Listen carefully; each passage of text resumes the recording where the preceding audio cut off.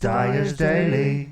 So I said in the previous episode that I would talk about in this one live music and live performance. And yeah, that was the general idea.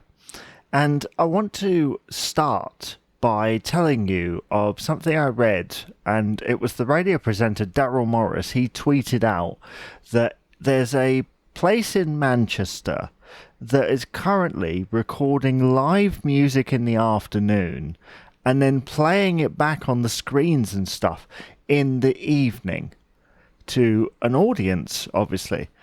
Now, I did see one of the first tweets there was like, well, that's not live music. It's pre-recorded. It's not the same. Sure, but what are venues supposed to do at the moment?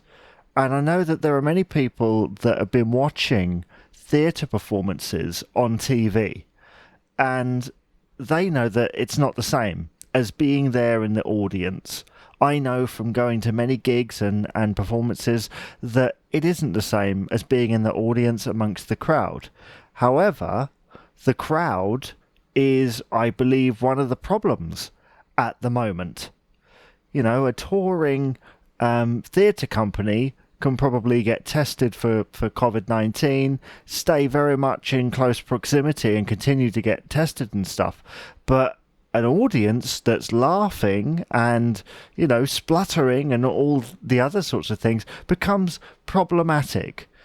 So when I hear of a pub finding a way of going around it, and I think live music is one of the very few things where you could get away with it, because people have tried theatre on the screen, and most of the time it doesn't appear to have the same vibe.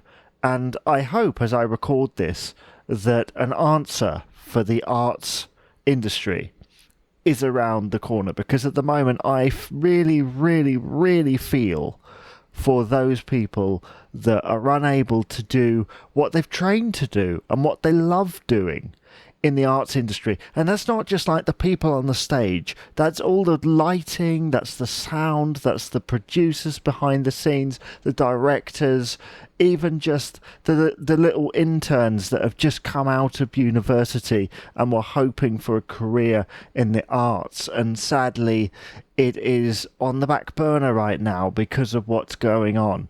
But although it's not the same, although it doesn't have the same feeling, I hope that many of these performers, whether music or performance in the arts and stuff, continue to do the streaming, continue to appear on social media and stuff, basically showing what it is they can do, because we're in a very unique situation that even though all this is going on, you've still got a platform of which to shine. Although it's not the same, although for most people they probably don't get paid for doing a performance on YouTube, for example, it's something. And like I say, I really do feel for those performers that are unable to do what they want to do right now. And I hope that there is a solution.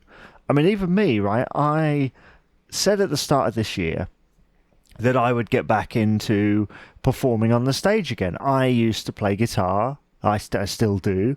I used to go to open mics and stuff. I said I would try and do something like that this year. Now, obviously, I can't do that anymore. And for me, that's okay, because I was a bit nervy about it anyway. But somebody whose whole life is dedicated to that, it's just devastating at the moment. And all I can say is, as a podcaster, anything that we can do to spread the word about these people that currently are not provided for in some way, then, you know, we should do it. I think we should do it. And I will be doing that on tomorrow's podcast. I'll be sharing an interview with a tribute act that I interviewed in 2018. So please do stay tuned for that. And thank you very much for listening to this edition of the Dyer's Daily podcast. Please remember to rate, comment and subscribe on your favourite podcast provider. And my name's Jamie Dyer, and I shall see you on the next podcast. Have a great day.